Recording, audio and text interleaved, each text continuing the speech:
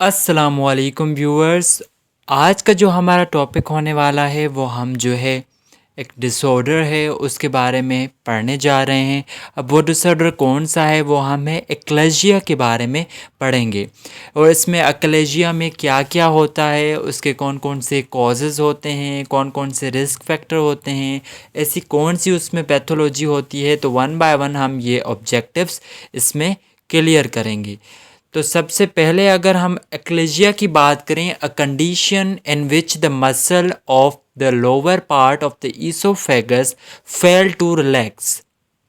Basically इस condition में होता क्या है, इसमें एक्लेजिया कंडीशन में जो है हमारे ईसोफेगस का जो मतलब कि पार्ट होता है, मतलब कि लोअर पार्ट, वो रिलैक्स होना छोड़ देता है, preventing food from the passing into the stomach.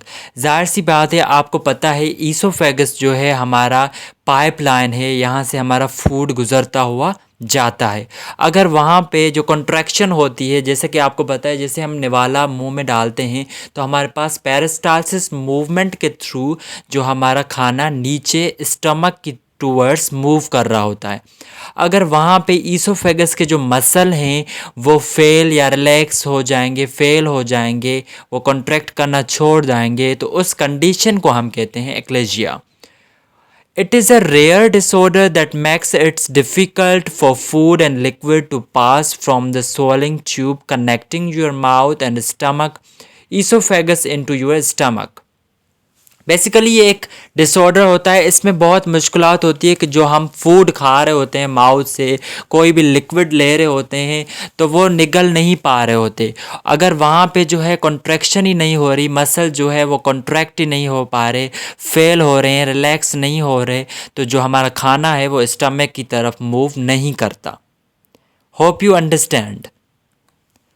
Further मैंने जो है एक्लेजिया के बारे में लिखा है, achalasia occurs when nerves in the oesophagus become damaged. अब आपसे कोई पूछ सकता है कि एक्लेजिया ये कंडीशन क्यों होती है, इसकी वजूहात क्या है। इसमें जो है नर्व्स वो डैमेज हो जाती हैं, मतलब कि ईसोफेगस में जो नर्व होती हैं वो डैमेज हो जाती हैं, तो उस वजह का ये मतलब कॉज बन जाती है, ये कंडीशन हो जाती है। As a result, the esophagus become paralyzed and dilated over time and eventually loses the ability to squeeze food down into the stomach.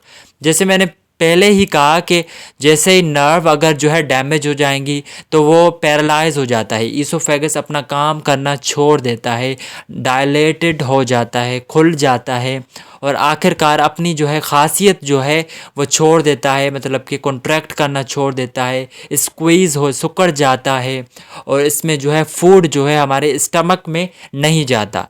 वो फूड जो हमारा है ईसोफेगस में जमा होता जाता है, उसकी जो साइज़ है वो बढ़ती जाती है, तो इसमें ये कॉम्प्लिकेशन हम फेस कर रहे होते हैं। Food then collects into the oesophagus, sometimes fermenting and washing back up into the mouth which can taste bitter. ज़ाहिर सी बात है, फूड वहीं पाइप में जमा होगा, पेट की तरफ नहीं जाएगा, ब्लॉक हो जाएगा, तो वो हमारे पास उल्टी की शक्ल में खाना बाहर आ रहा होता है और जो है आगे उसको जो है सीवियरिटी भी काज होती है।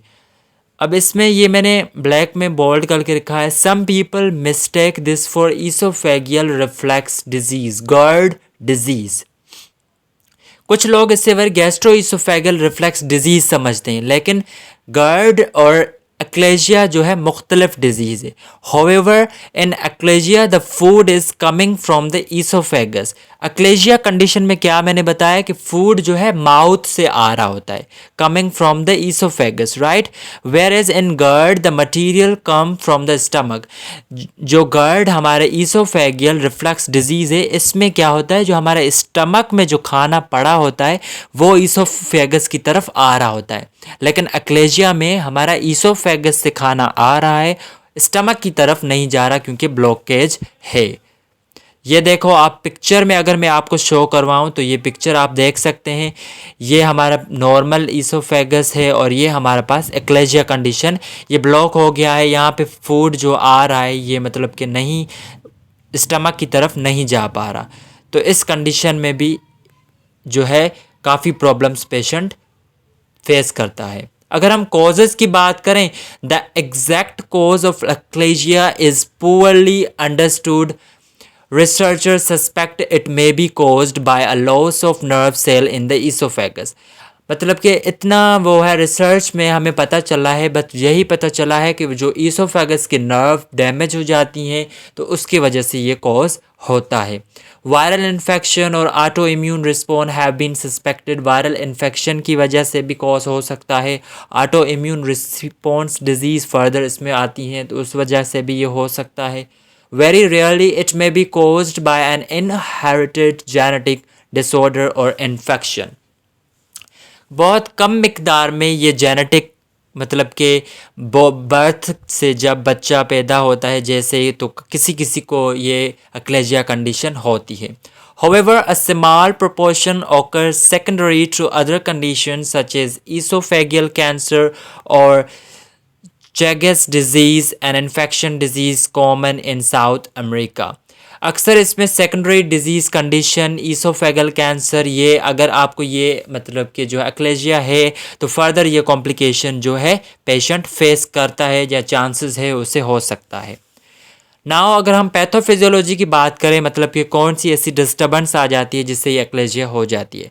जैसे मैंने कहा जेनेटिक अगर जो है बंदे को जो है बॉर्न से ही मतलब कि पैदाइशी ये डिज़ीज़ है, या ऑटो इम्यून मतलब कि जो डिज़ीज़ हमारे पास हैं अगर वो पेशेंट को या बंदे को हो जाए तो ये एक्लेजिया हो सकता है. वायरल इन्फेक्शन की वजह से भी हो सकता है. फर्दर जो है ऑटो एंटीबायोटीज़, उसके बाद जो है इन्फ्लामेशन शुरू हो जाती है. इन्फ्लामेशन शुरू होने के बाद जो है ganglion cell loss and fibrosis, ये हमारे पास गैंग्लियन सेल्स होते हैं प्रेजेंट और जो है फाइब्रोस हो जाते हैं, वो अपना फंक्शन लॉस करना छोड़ देते हैं. तो इस कंडीशन से जो अराइज होती है वो एक्लेजिया फाइनल स्टेज पर पेशेंट को हो जाती है. अब जो है achalasia is characterised by lower oesophageal sphincter pressure, decreased और absent peristalsis in the distal portion of the oesophagus and lack of the LES relaxation in response to swallowing. और जैसे ही मैंने पहले बताया कि इसमें क्या हो रहा है, हमारे पास लोअर इसोफेगल स्फिंक्टर जो है वो अपना प्रेशर छोड़ देता है, अपनी डिक्रीज़, अपने फंक्शंस तो अपने मूवमेंट को छोड़ देता है, बंद हो जाता है, लेग फंक्शन हो जाते हैं, रिलैक्सेशन नहीं हो पा रही होती, अपना जो है ओपन और क्लोज प्रॉपरली नहीं हो पाता, क्लोज ही रह जाता है. तो इस फर्दर जो है अपना फंक्शन प्रॉपरली नहीं कर पाता. तो इस कंडीशन में फूड रह जाता है ईसोफेगस में, स्टमक की तरफ आता ही नहीं. तो ये कॉज बन जाता है हमारा एक्लेजिया का. फर्दर हम क्लिनिकल मैनिफेस्टेशन, अगर ये डिज़ीज़ पेशेंट को हो गई है उसमें क्या कौन से जो है तासुरात नज़र आएंगे. सबसे पहले trouble swallowing both liquid and solid. इसमें क्या होती है, पेशेंट को जो है मुसीबत होगी मतलब कि निगलने में, कोई भी पानी या सॉलिड चीज़ होगी वो लेगा तो पेशेंट बहुत इरिटेट फील करेगा. Chest pain, discomfort, weight loss हो जाएगा. फूड और liquid come back into the throat, regurgitation especially when you are lying down, it's often mix with saliva and mucus. Patient को जो है मतलब कि खट्टी मतलब कि जो है इरिटेटेबल डकारें आना शुरू हो जाएंगी. जैसे ही पेशेंट सोएगा ऐसा लगेगा कि उल्टी बार बार आ रही है लेकिन कंटिन्यूसली मुझे कुछ फील हो रहा है कि हमें जो खा रहा हूँ वो निकल रहा है. तो ऐसी फील पेशेंट को होगी. Food seems to hang up in your chest, ऐसा लगेगा जो खाना उसने खाया है वो जो है चेस्ट में फंसा हुआ है. हार्ट बर्न, सीने में जलन होगी. कफिंग एट नाइट, अक्सर जो है खांसी होगी क्योंकि सारा खाना जो है ईसोफेगस में है. Pneumonia from aspiration of food into the lungs, pneumonia cause हो सकता है या पेशेंट को होगा क्योंकि फूड जो है हमारे पास लंग्स में भी जा सकता है. ब्लीचिंग और वॉमिटिंग, उल्टी बार बार आएगी, ये हमारे पास सिम्टम्स होते हैं. फर्दर अगर मैं कॉम्प्लिकेशन की बात करूं तो कॉम्प्लिकेशन में जो है हमारे पास in the early stage of achalasia the main symptoms are trouble swallowing to chest pain. सबसे पहले कॉम्प्लिकेशन जो होगा वो चेस्ट पेन होगा, निगलने में दुश्वारी होगी, ये हमारे पास आ जाते हैं. If achalasia not treated, the food that collect in the oesophagus can cause complication. अगर एक्लेजिया को हम ट्रीट नहीं करेंगे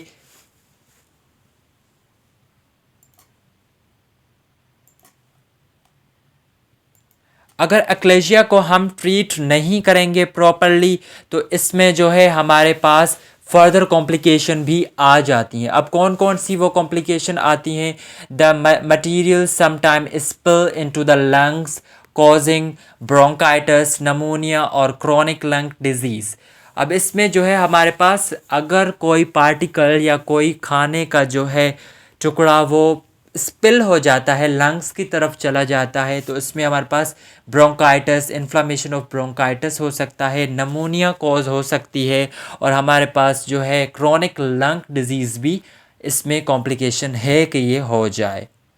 Further, the retained food can also cause chronic irritation of the esophageal lining, sometimes with fungal infection.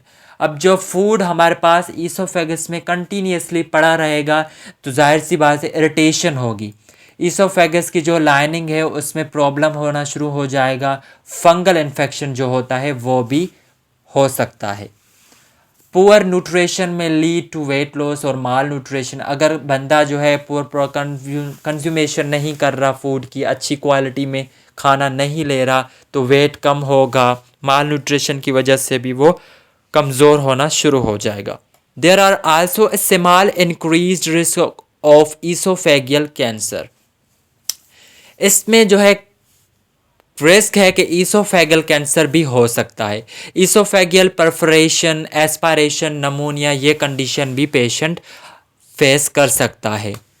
अब इसमें diagnose क्या होगा, मतलब कि हम कैसे डायग्नोस, ऐसी कौन सी चीज़ है हम इससे अंदाज़ा लगा सकें कि जो है पेशेंट को हाँ भाई कन्फर्मली जो है एक्लेजिया उसको हो चुकी है। Achalasia is a rare condition. It can be confused with more common esophageal problems such as GERD. Because of this, patient can be misdiagnosed for many months or years. मैंने जैसे पहले ही बताया कि GERD और Achalasia में अक्सर जो है पेशेंट्स को मिसअंडरस्टैंडिंग हो जाती, वो समझ नहीं पाते कि हमें GERD डिजीज़ है या Achalasia डिजीज़ है, तो हमें वो क्लियर करना होता है। As a health care worker हमारी ये रिस्पॉन्सिबिलिटी है, तो हम उसे प्रॉपर क्लियर जो है बता दें। उसके बाद जो है हम इसमें upper endoscopy the test of allow the doctor to examine the lining of the oesophagus, stomach and duodenum. हम इसमें एंडोस्कोपी मतलब कि एक ट्यूब होता है, उसके टिप पे जो है कैमरा लगी होती है, तो हम इंसर्ट करते हैं माउथ से। हम माउथ से इंसर्ट करते हैं तो हम देखते हैं कहाँ पे जो है ईसोफेगस जो है अपनी मूवमेंट छोड़ गया है या अपना फंक्शन लॉस कर चुका है, तो उस टेस्ट से हमें पता चल जाता है। ईसोफेगियल मैनोमीट्री, this test can find out if peristalsis is working and if the lower esophageal sphincter is relaxing. अब ईसोफेगल मैनोमीट्री क्या है?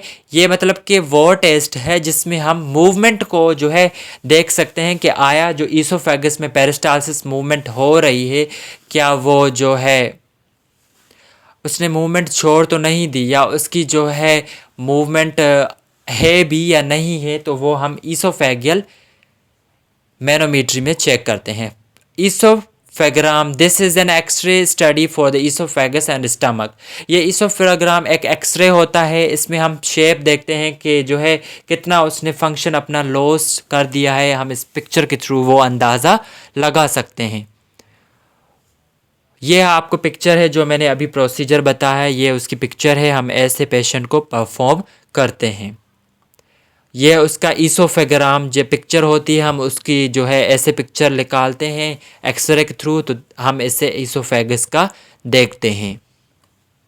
अब मेडिकल मैनेजमेंट, अगर एक बंदे को एक्लेजिया कंडीशन हो गई है, अब उसमें जो है कौन कौन सी ट्रीटमेंट जो हम करते हैं। सबसे पहले नॉन सर्जिकल ट्रीटमेंट, सबसे पहले हम पेशेंट को डायरेक्ट ही सर्जरी की तरफ मूव नहीं करते, हम कंडीशन की सीवियरिटी को देखते हैं कि बंदा जो है पेशेंट जो है किस कंडीशन में जा रहा है। नॉन सर्जिकल ओपिनियंस जो है, मशवरे जो है, सबसे पहले न्यूमोनेटिक डायलेशन।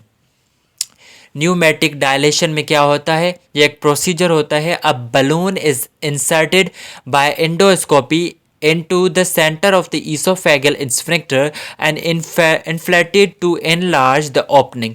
जैसे मैंने बताया कि हमने जो है एंडोस्कोपी कर रहे थे, तो टिप पे हम जो है कैमरा लगा रहे थे, तो वहाँ पे टिप पे हम बलून लगाते हैं एंडोस्कोपी के साथ साथ, तो जैसे ही हम एंडोस्कोपी इंसर्ट करते हैं माउथ में, तो जहाँ पे हम ब्लॉकेज लगा मतलब कि हमें नज़र आ रहा होता है, तो वहाँ पे हम जो वो बलून जो है वो ओपन करते हैं। जैसे ही बलून ओपन होगा, जाहिर सी बात है, तो ईसोफेगस जो है डायलेट होता है, खुलने लगता है। तो सबसे पहले हम ऐसे ये टेक्निक अपनाते हैं। This outpatient procedure may need to be repeated. If the esophageal sphincter does not stay open, this procedure requires sedation. अब ये हमें जो है, अगर पेशेंट का हम देखते हैं बलून से खुल जाता है, अगर नहीं खोलता तो ये प्रोसीजर दोबारा भी हम करते हैं ताकि जो है ईसोफेगियल स्फिंक्टर जो है खुला रह सके प्रॉपरली। मेडिकेशन भी हमारे पास मौजूद है। Your doctor might suggest muscle relaxant such as nitroglycerin or nitrostrate और नाइफिटिडबिन। उसके बाद जो है प्रोकार्डिया बिफोर ईटिंग। ये हमारे पास कुछ मेडिसिन होती है जो हम पेशेंट को एक्लेजिया की कंडीशन में देते हैं। These medication have limited treatment affect and severe side effects. ये हमारे पास लिमिटेड ट्रीटमेंट होती है और उसके काफ़ी साइड इफ़ेक्ट्स जो है होते हैं। Medication are generally considered only if you are not candidate for pneumatic dilation or surgery and Botox hasn't helped. This type of therapy is rarely indicated. ये हमारे पास जो कुछ मेडिसिन होती हैं जो हम अक्सर जो देते हैं, जिसको हम न्यूमेटिक डायलेशन सर्जरी जो है नहीं कर रहे होते, उसके बाद जो है हम थेरेपी जो है कंटिन्यूसली इसको जो है कम मिकदार में ये हम उसको प्रेस्क्राइब करते हैं। सर्जरी जी, अगर मैं सर्जरी की बात करूं, पहले हमने कहा नॉन सर्जिकल जो है वो होता है। अब जो है सर्जरी की बात करूं तो surgical opinions for treating achalasia include. अब कौन कौन सी ऐसी सर्जरी होती है जिसमें एक्लेजिया को हम करते हैं? सबसे Heller myotomy. The surgeon cuts the muscle at the lower at the end oesophageal and sphincter to allow food to pass more easily into the oesophageal. इसमें सर्जन क्या करता है? कट लगाना शुरू करता है मसल में और लोअर एंड मतलब कि ईसोफेगस के जो लोअर ईसोफेगल स्फिंक्टर पार्ट है वहाँ पे कट लगाना शुरू करता है और अलाउ करता है ताकि जो है वो प्रॉपरली खुल सके, और वहाँ पे अराउंड स्टिच जो है सर्जन लगाता है तो ताकि वो अपना फूड जो है मूव कर सके towards the stomach. Some people who have Heller myotomy में later developed gastro-oesophageal reflux disease. ज़ाहिर सी बात है, अगर ये कंडीशन एक्लेजिया हो चुकी है और बंदे को सर्जरी भी हो चुकी है तो चांसेस है उसे GERD डिजीज़ भी हो सकती है। To avoid future problems with GERD, a procedure known as fundoplication might be performed at the same time as a Heller myotomy. अगर GERD डिजीज़ हो गई है एक्लेजिया के बाद तो हम फंडोप्लिकेशन एक प्रोसीजर होता है, वो भी ट्रीटमेंट के थ्रू हम उसे कट लगाते हैं और अराउंड दी जो है इसोफेगस फंडस पार्ट की तरफ हम उसे जो है स्टिच लगाते हैं। In fundoplication the surgeon wrap the top of your stomach around the lower esophagus to create an anti-reflux valve preventing acid from come back through GERD into the esophagus. Fundoplication is usually done with a minimally invasive laparoscopy procedure. इसमें similarly मैंने यही कहा पहले भी जो है, अगर GERD disease एक्लेजिया के बाद आपको हो गई है तो इसमें पेशेंट को हम जो है कट लगाते हैं, फंडोप्लिकेशन फंडस के पार्ट पे जो है ईसोफेगस को रैप कर देते हैं, वहाँ पे स्टिच कर देते हैं ताकि जो स्टमक का कंटेंट है वो ईसोफेगस की तरफ ना जाए। Hope you understand the viewers. अब जो है प्री ओरल एंडोस्कोपिक मायोटोमी, अब ये भी एक प्रोसीजर है जो हम एक्लेजिया की कंडीशन में करते हैं। The POEM procedure, the surgeon use an endoscopic inserted through your mouth and down your throat to create an incision in the inside lining of your esophagus. Then, as in a Heller myotomy, the surgeon cut the muscle at the lower end of the oesophageal sphincter. ये मतलब कि एक जो है surgeon इसमें क्या करता है, एंडोस्कोप इंसर्ट करता है माउथ की जगह से और थ्रोट की तरफ मूव करवाता है, इंसिजन जो है लगाता है और इसमें जो है ईसोफेगस जो है लाइनिंग को जो है हम कट लगाना शुरू कर देते हैं। लोअर एंड होता है वहाँ पे ईसोफेगस की, तो ये भी सर्जरी हम ड्यूरिंग एक्लेजिया करते हैं।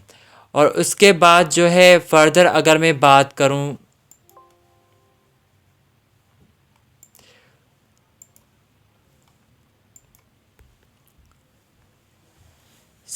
अगर मैं इसकी दूसरी बात करूं कि जो है poem POEM, pre oral endoscopic मायोटोमी की अगर मैं बात करूं, may also be used with or followed by later fundoplication to help prevent GERD. Some patients who have a POEM and developed GERD after the procedure are treated with daily oral medication.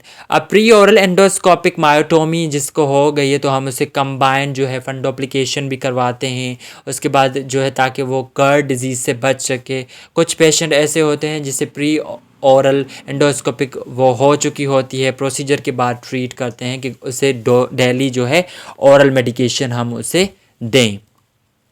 Nursing diagnose हमारा as a health care profession जो है हम कौन कौन सी diagnose करते हैं, check करते हैं कि पेशेंट कौन कौन सी कॉम्प्लिकेशन जो है फेस कर रहा है। डिस्फेगिया, डिफ़िकल्टी होगी निगलने में related to the peristalsis. Back flow होगा of food related to the narrowing of oesophagus hiatus.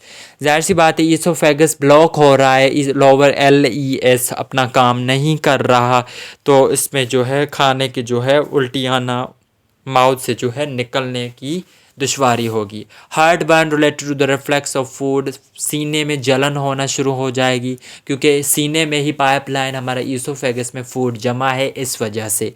Pen related to the spasm of the oesophageal muscle, क्योंकि ईसोफेगल जो है हमारा वो स्क्वीज सिकुड़ गया होता है इस वजह से वो पेन हो रहा होता है। एनजाइटी की अगर मैं बात करूं, स्ट्रेस रिलेटेड टू डिजीज़, अगर आपको एनजाइटी है, स्ट्रेस है तो इससे हमारा डाइजेस्टिव जो है अपना प्रॉब्लम्स होती हैं तो उस वजह से भी ये कॉज हो सकता है आपकी कंडीशन। मेडिकल नर्सिंग मैनेजमेंट की अगर मैं बात करूं, before meal time provide for adequate test periods, खाने से पहले जो है हम उसे एडिक्वेट रेस्ट पीरियड्स से जो है गाइडलाइंस प्रोवाइड करते हैं। Provide oral care before feeding, हम उसे ओरल केयर जो है पहले देखते हैं, करवाते हैं, उसके बाद जो है फीडिंग करवाते हैं। Clean and insert denture before each meal, उसके बाद जो है खाने से पहले और खाने के बाद अगर पेशेंट को डेंचर्स दांत, नकली दांत जो हैं वो लगे हुए हैं तो उससे खाने से पहले और खाने के बाद प्रॉपर उसे जो है वॉश हाइजीन मेंटेन रखते हैं। Place suctioning equipment at the bedside and suctioning as needed, हमें जो है सक्शनिंग का जो इक्विपमेंट्स कोई भी जो है जो सामान होता है बेड साइड पे रखना है, मतलब कि अगर अर्जेंट में पेशेंट को सक्शनिंग की ज़रूरत पड़ गई तो वो हम procedure as a health worker start कर लें। Maintain the patient is high Fowler's position with the head flex slightly forward during meals. अब ये कह रहा है कि पेशेंट की है फॉलोअर्स पोजीशन, मतलब कि 30 to 45 एंगल अप जो है बिठाने की, 45 एंगल तक उसे जो है ऊपर करके रखेंगे हेड की साइड पे ताकि वो जो कुछ खा रहा है इजी से खा सके, उसे जो है ट्रैकिया में या कुछ उसे अटकने में प्रॉब्लम ना हो। Instruct the patient not to talk while eating, provide verbal chewing as needed, मतलब कि पेशेंट को कहेंगे खाने के दौरान बात ना करें, अगर कुछ चाहिए तो आप थ्रो जेस्टर आप उसे बता सकते हैं। Encourage high calorie diet that involves all food groups age appropriate, avoid milk and milk products, हम उससे कहेंगे कि हाई कैलोरी डाइट जो है इन्वॉल्व करें और जो है अवॉइड करें आप मिल्की, चॉकलेटी और जो है हाइजीन फूड अपनी लाइफ स्टाइल से। If oral intake is not possible or inadequate, initiate alternative feeding, example nasogastric feeding, gastrostomy feeding or hyperalimentation feeding। अगर जो है मुंह में वो जो है ओरली वो नहीं खा पा रहा तो हम डिफरेंट नेजोगैस्ट्रिक हो गया, गैस्ट्रोस्टोमी हो गया, हाइपर एलिमेंटेशन हो गया, तो ये कुछ जो है प्रोसीजर होते हैं उसके थ्रू जो है हम उससे खाना प्रोवाइड करते हैं। अब ये जो है हमारे पास की patient in an upright position for 30 to 40 minutes after meal। जैसे मैंने पहले बताया कि खाने के दौरान भी 30 to 45 मिनट्स जो है हम पेशेंट को फॉलोअर्स पोजीशन में रखते हैं, और खाने के बाद भी ये जो है ऐसे ही 45 मिनट्स तक बैठा रहे ताकि वो उसका फूड जो है प्रॉपर मूव कर सके और डाइजेस्ट भी हो सके। Observe for sign of aspiration, इसमें ऑब्ज़र्व करते हैं किसी साइन की, एस्पायरेशन की, कि जो है आया उससे कोई प्रॉब्लम या फर्दर कॉम्प्लिकेशन तो नहीं हो रहे। और जो है नमूनिया एस्कल्टेट करते हैं, लंग साउंड उसके चेक करते हैं खाने से बाद, और नोट करते हैं crackle sound, wheezing sound and note elevated temperature, notifying physician as needed. हम उसे क्रैकल साउंड, वीजिंग साउंड देखते हैं, सुनते हैं, टेम्परेचर देखते हैं, आया पेशेंट का टेम्परेचर बढ़ा तो नहीं हुआ या उसकी जो कोई अदर चेंजिंग जो हम नहीं देख रहे। और लास्ट जो है हमारे पास आ जाता है वेट पेशेंट वीकली। हर हफ्ते जो है हमें पेशेंट का जो है वेट भी देखना होता है। तो ये था हमारे आज के ऑब्जेक्टिव्स। अब उम्मीद है आपको एक्लेशिया प्रॉपरली समझ में आ गई होगी।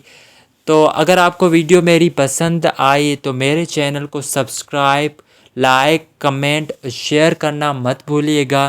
और कोई जो टॉपिक आपको चाहा और मतलब कि जो है आपके जहन में हो तो आप कमेंट सेक्शन में बताना, और मैं उस पर वीडियो बनाने की कोशिश करूँगा।